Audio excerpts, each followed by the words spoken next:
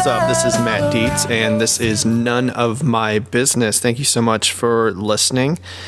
You can find me at www.dietzsagency.com. You can find me on Twitter at Dietz Agency.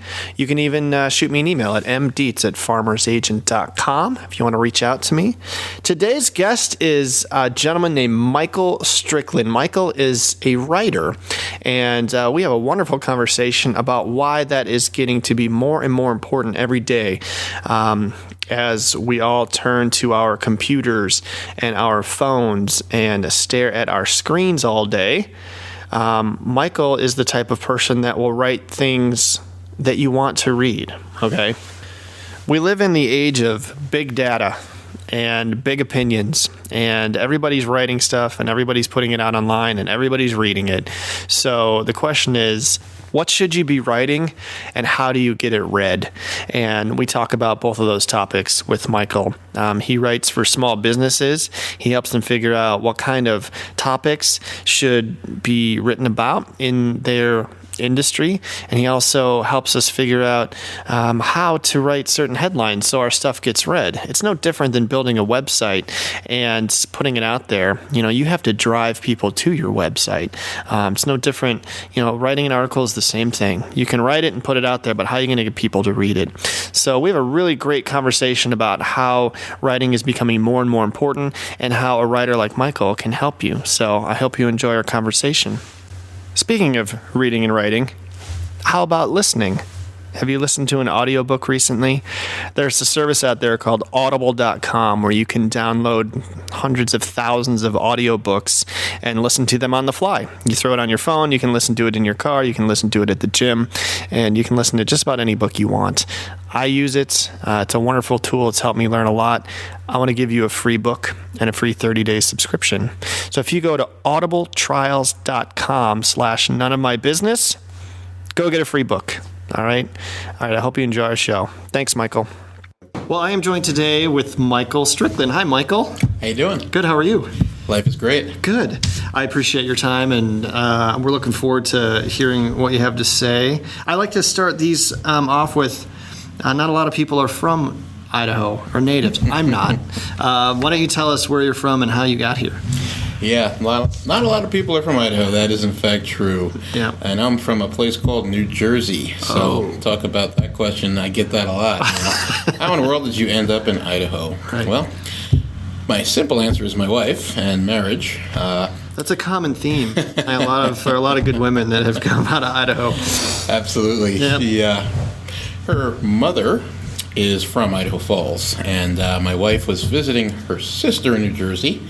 I met her in church on Sunday, and married her 5 months later. And we kind of flipped a coin. Do we want to stick around east or come on out here? I did this as an experiment, you know? Maybe for a semester or two, teach a little writing, possibly as much as a year. And that was more than 13 years ago. So, how's the experiment going? The experiment is still going. I'm still testing out Idaho 13 years later and 3 children later. Oh, wow. Good for you. Good. So you like it here? Yeah. This home? It's home for me. Yeah. It's funny. We were just talking to my 6th grader, actually, and all she knows is Idaho. All she remembers is the house that we live in right now. Yeah. And then, of course, we have a 4th grader and a 2nd grader. It's the same thing. So I had a child born in Idaho Falls, a child born in Pocatello, and one born in Boise. So there you go. I guess you'd say Idaho's a special place for me. Absolutely. Good for you. Now, you are an author. Yeah. Yes. So let's talk a little bit about your writing career. All right. Now, how many books have you written? I have a dozen books out. A dozen books. When did you publish your first book? My first book came out in 1992. It's Poems That Sing to You. It's an anthology. It's poems about music that are musical in their language. Oh, wow. Well, tell me, how did you get into writing? That's a great question. My advisor, when I was working on my advanced graduate work at New York University, was Dr. Bernice Cullinan. Now the late Dr. Bernice Cullinan passed away, and great loss for literature and literacy, but she's still here with us in spirit. And ironically, Dr. Cullinan was actually my mother's graduate advisor. My mom is Dorothy Strickland, professor emeritus at Rutgers and had been a chair at Columbia also. So Dr. Cullinan advised my mom, and then later stuck around long enough to advise Wow. me. And simply put, she called me one day and mentioned that she was the poetry editor of an imprint. An imprint is a section of a publisher. So they have their poetry section, their young adult section, their nonfiction section, and she was the section on poetry, and just asked if I wanted to submit a book. And about a year later, Poems That Sing to You was published. Okay. Now, had you been writing a lot up to that point? Oh yeah, I was always involved in writing. In elementary school, I'd write poems and stories, and I would include my fellow classmates and get up in front of the class and read those. Everybody always used to love it. So it's always part of what I did. And then my mom, being a professor of education and reading and language arts, was an enormous influence, always getting me involved in literary circles at a very early age. Okay. So do you think writing is something that anybody can learn to do well? Absolutely. Yeah. One of the things we would talk about a lot when I was in graduate school was all children can learn. So if all children can learn, what does that mean? It's an emergent literacy perspective, emergent literacy. And that means that literacy begins at birth and goes on throughout life. So if all children can learn, then all young adults can learn and all adults can learn. So there's no such thing in any kind of class, whether it's developmental or special ed, as somebody who can't learn. And since that applies to learning in general, it applies to writing. Okay. Very good. What was it like getting your first book published? I remember I actually kind of broke out in hives. I was so excited. I just freaked out. I mean, when they sent me it's called an F&G. It's a folded and gathered copy. Those go to reviewers and the author, of course, to see what it's going to look like once it's bound. And it was an amazing experience for me, and it really uplifted my life. I like to think about what Troy McClain, the Axis CEO, always says. We inspire, uplift, and serve. And having a book basically launched me because it gave me something tangible to go out to schools, to churches, to nonprofits with. Now I was an author, and I could recite poetry, read poetry, but actually talk about a lot of things and be an influence in my community. Okay. Now, you said your first book was published in 1992. Yeah. Which was, what, 23 years ago. There you go.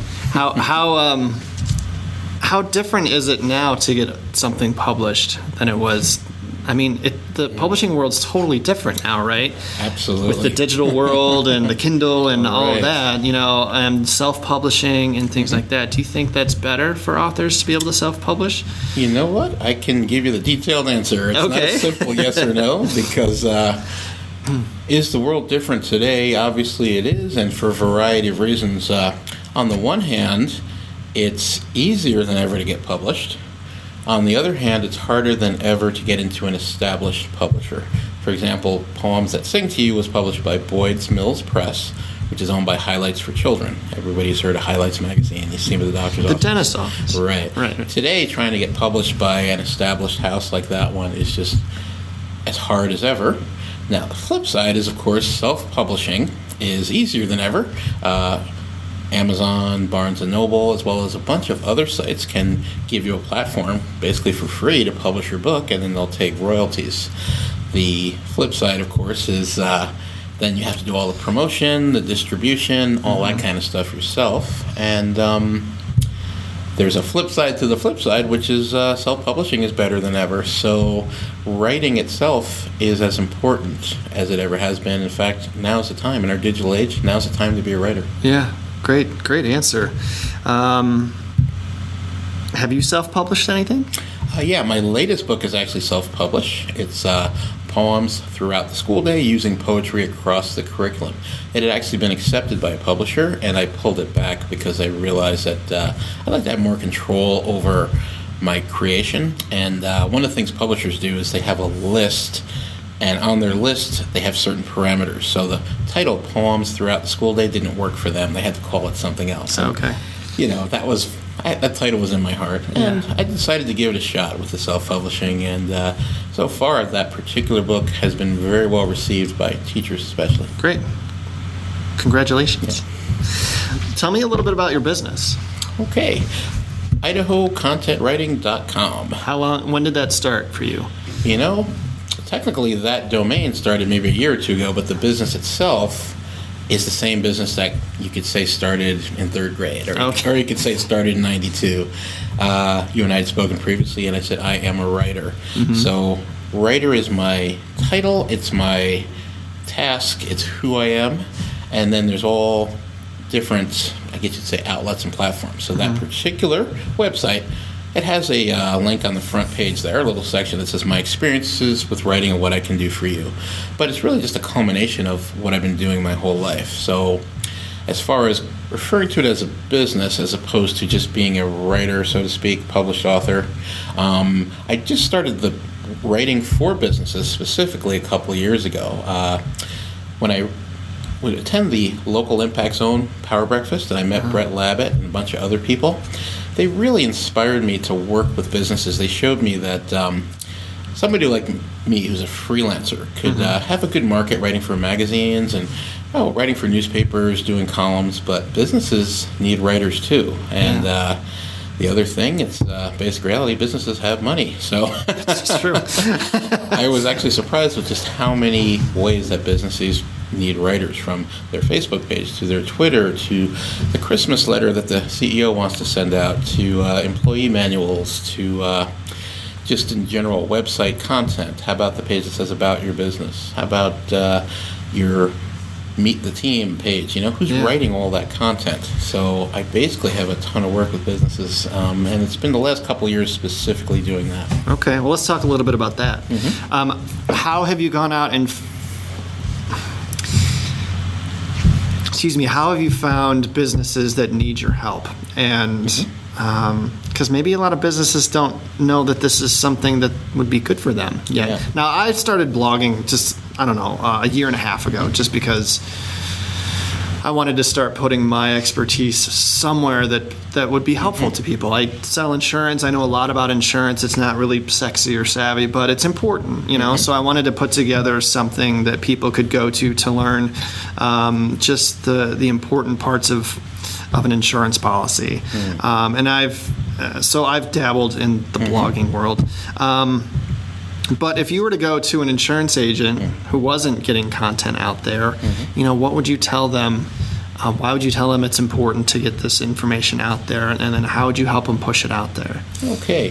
One of the things I would do is I'd give him a simple formula. I might sit there with my laptop and I might show him one Facebook post of mine that has reached, say, 5,000 people. Okay? Got a reach of 5,000.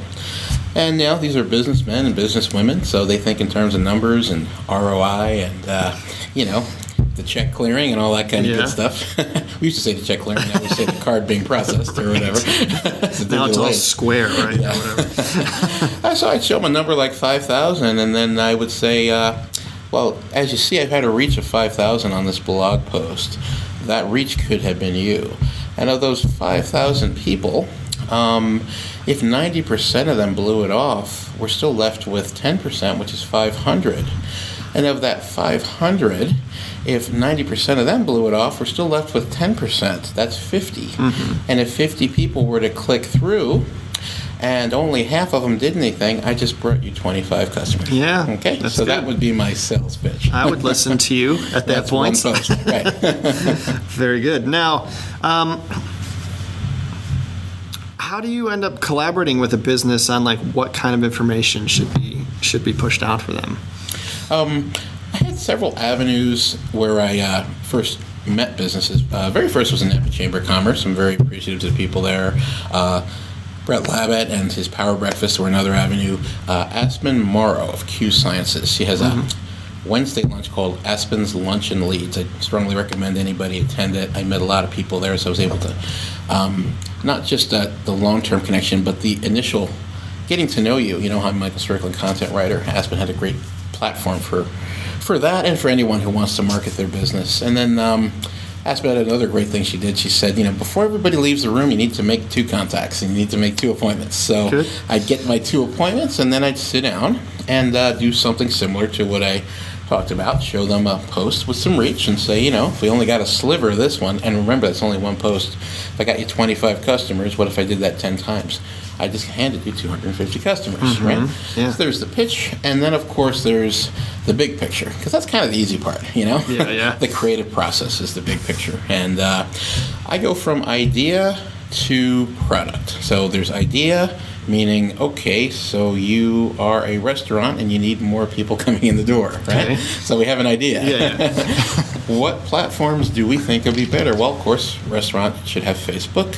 Your Facebook should be connected to Twitter. And one of the things that all the experts say, including me, is you shouldn't have too many platforms because then it gets too hard to manage.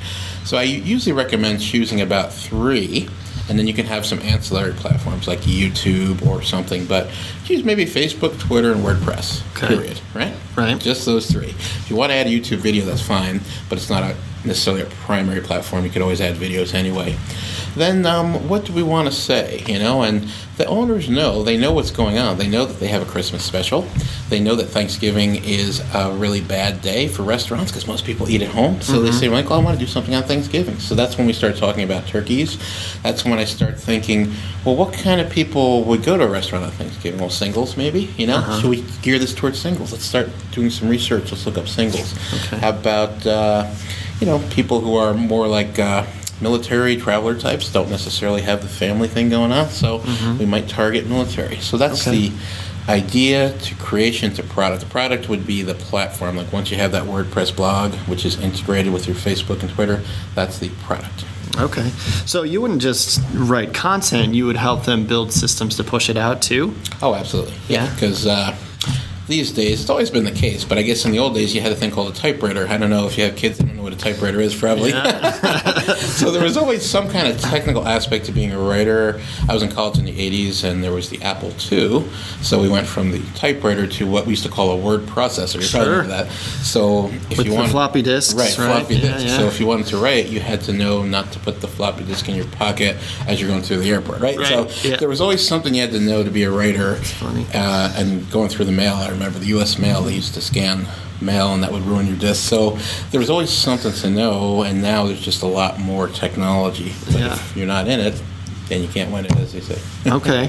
Well, because those are 2 very different skill sets. I mean, writing and marketing. Yeah. I mean, a good writer will write something that people want to continue to read and that they can learn from pretty quickly. I mean, but how do you get it read? I mean, that's the trick. It's like anybody can go to GoDaddy and get a website. Yeah. But why is anybody going to go there? You have to market it. So the writing content's important, but what's just as important is getting it out there. So let's talk a little bit about that. So you say you can get 5. You're showing people. Look, I did a post, and I had 5,000 people look at it. So give us some tips on how you get 5,000 people to see your post, because it's not easy. Yeah. I've been very fortunate. I guess just having an academic background, I'm fundamentally a researcher. So to write, to teach, and to be involved in scholarly communities. I currently teach online and evenings at Boise State. So that's my other job, and I always have to just take in a lot of information and figure out how to process it, put it into models that are usable, right? We always talk about that in education. You can have all these ideas. Is there anything we can do with it? And of course, in business, it's even more so. So I have spent a lot of time scanning the experts, that is, reading articles. It's a huge area now. It's just called content marketing, right? It's this huge area, and there's some wonderful blogs and websites. If you just Google content marketing, you'll pull up some of the top articles, and it's the tried and true stuff. In some ways, it's changing all the time, but there's the old saying, the more things change, the more they stay the same. So the fundamentals are always there. For example, if you want to write a headline that grabs readers, use action words, Talk about igniting. Talk about attacking a problem. Is hack a big word right now? Oh, hack is a big word, yeah. Because I see it all the time. Creating fear is definitely suggested. You know? 6 hacks to secure your bank account or something like that, or 6 hacks to learn how to push content. I mean, I'm ready for hack to be gone, to be honest with you. Yeah, there's the hack in the positive and hack in the negative. I was referring to the idea that if you create fear, how not to get hacked, right? Right. All these kind of headlines do grab readers. Here's an example: 6 lies your car salesman will tell you. Okay, that kind of headline is going to bring people in. Create fear. You create the need. You appeal to emotion. Right? Numbers are big too. Oh, absolutely. 3 reasons, 3 ways, 6 Numbers times. Yeah, and lists. like They do very well. They do. And then they pop up. I read a lot of those because you know. You can usually hit the head. I mean, if you click on a post that says, hey, 5 ways to get your content read, I mean, I'll click on that for starters. And then, because then you can kind of, and then all of the numbers will be highlighted and bolded. And any of the one, you'll be like, yeah, I do that. Okay, I do that. Oh, I haven't seen this one before. Yeah. And you'll end up reading, maybe 8% of it, but it can still be helpful. Yeah, that's what most people do. So that's why the ones with lists get more click-throughs. Yeah, interesting. Well, where would be a good way? I mean, again, let's talk about headlines because you can write a beautiful piece and you can have built the infrastructure to push it out there. But for having, for getting somebody to open it is tough. So you said action words and lists. Anything else? Kind of included in headlines is pictures, graphics. So people see the headline, they see the graphic. So think in terms of having a graphic that goes along with your headline is going to grab readers. Okay.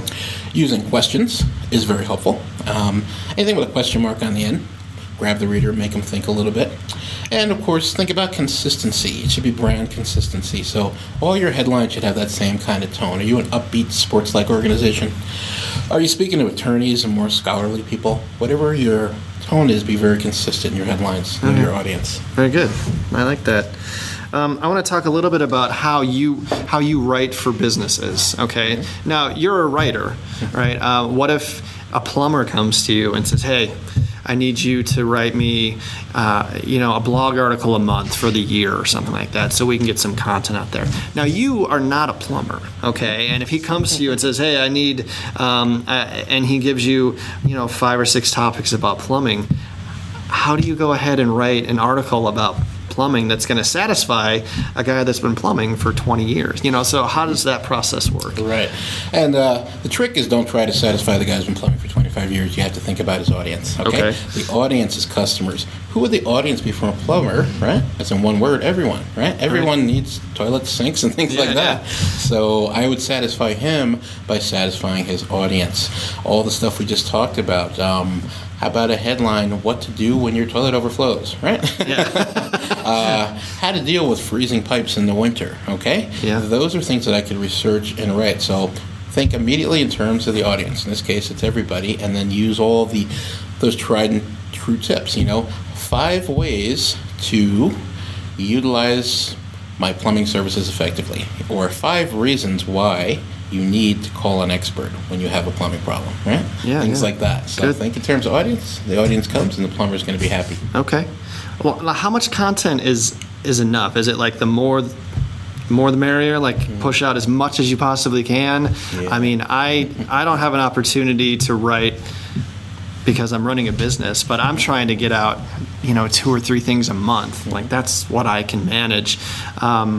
Is there a right or wrong answer to that question? Because you want to have an audience, and you don't want to lose them. I would imagine that you don't want people to be like, well, Matt hasn't done anything in 2 months, so I'm done with Matt. How would you respond to that? Right. Well, the way I advise clients is once again, 3 basic platforms. You can always add something to it. Link to your Instagram that you don't use as much or whatever, or your YouTube. Yeah. And for example. On Twitter, up to 3 tweets a day usually works pretty well. On Facebook, I would say 1 post a day. And the way I advise is to think about a balance. If you don't have anything on there for 2 months, it looks bad. People wonder if your business is even around or doing anything. If you have 10 Facebook posts a day, nobody's going to read it because Facebook is already flooded. So 10 posts a day, people aren't sitting there reading about your plumbing, 10 times a day. Yeah. So 1 post a day. So think in terms of, this is how I advise my businesses, think in terms of not putting out too much, but just enough so that they see that you're updating regularly. So there should be something daily, something weekly, and something monthly. And monthly could be a very simple free MailChimp newsletter, just talking about, and it can actually talk about anything. If you're a plumber, send them MailChimp about the spring, isn't the spring great? Just remind them, and that's branding. Well, it humanizes people exactly. too, right? Yeah. People are going to remember you because they see your name all the time, and then boom, when it's time to pick up the phone, your email is right on their screen. Yeah. That's how you do it. Now, you found yourself in a position, I think, pretty recently where you're really able to enjoy what you like to do most, which is write. Mm-hmm. I mean, in the past, before you were with Access, right, you were doing all of this stuff. But now here, are you just doing more writing? And you've got somebody else to help you push content out? That's true, yeah. As we mentioned, I guess the business is michaelrstrickland.com. And if anybody wants to check out what I'm doing, including what I'm doing with Access, michaelrstrickland.com. And then, of course, idahocontentwriting.com. Those domains link back and forth to each other. And here I am with Access Consulting, owned by Troy McLean. A lot of people know Troy. He was the Idaho guy who ended up being a finalist on the first season of Donald Trump's Apprentice. Right. So I work now full-time for his company, and basically we help promote health, wealth, and happiness. We do online and in-person education, seminars, workshops, and things of that nature. So there's a ton of stuff to be written, and my title is Content Writer here.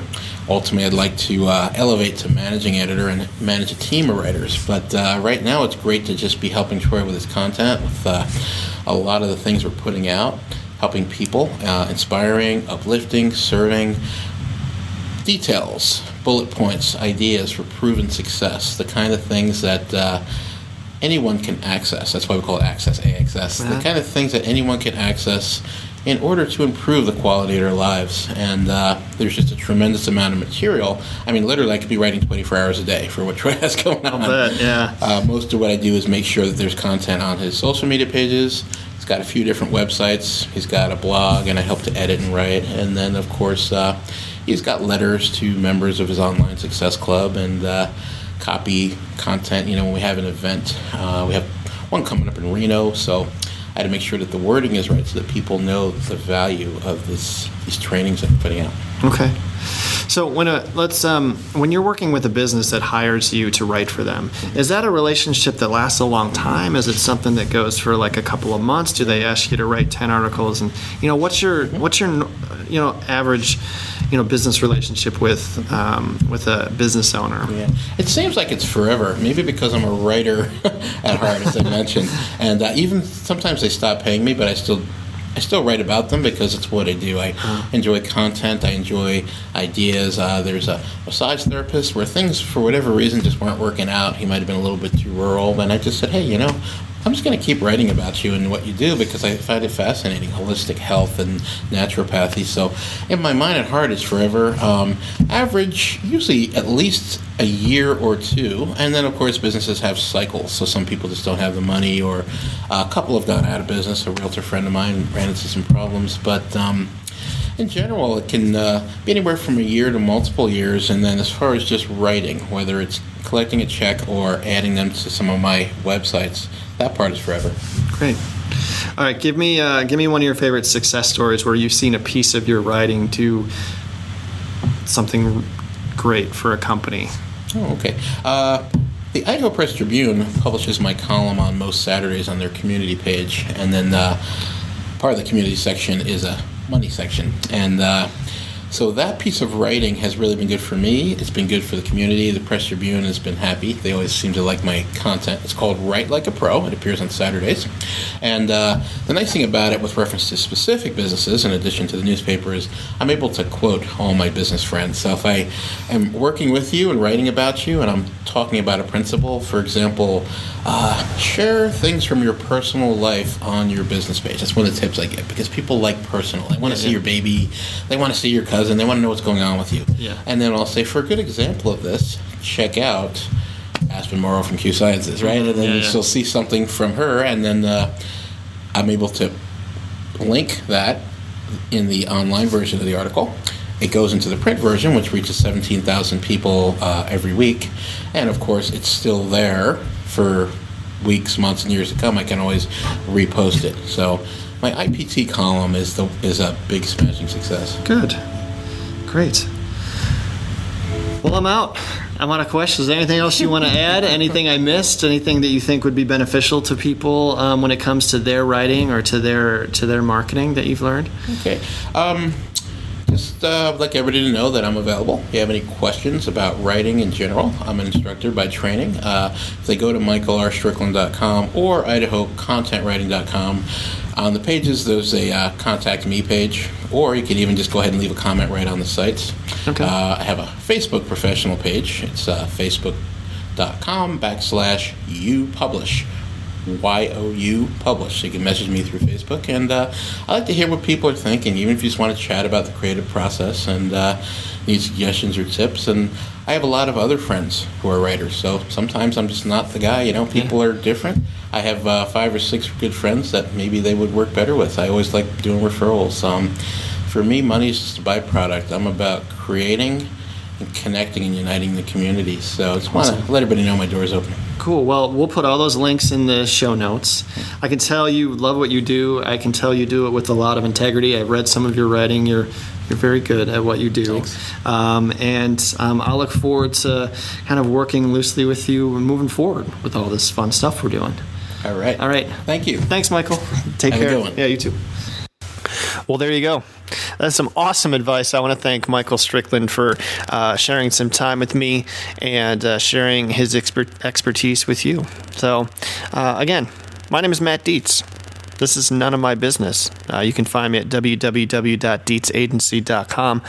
You can find me on Twitter at DietzAgency. You can even shoot me an email at mdietz@farmersagent.com. Make sure you check the show notes on the blog for all the ways you can find Michael Strickland.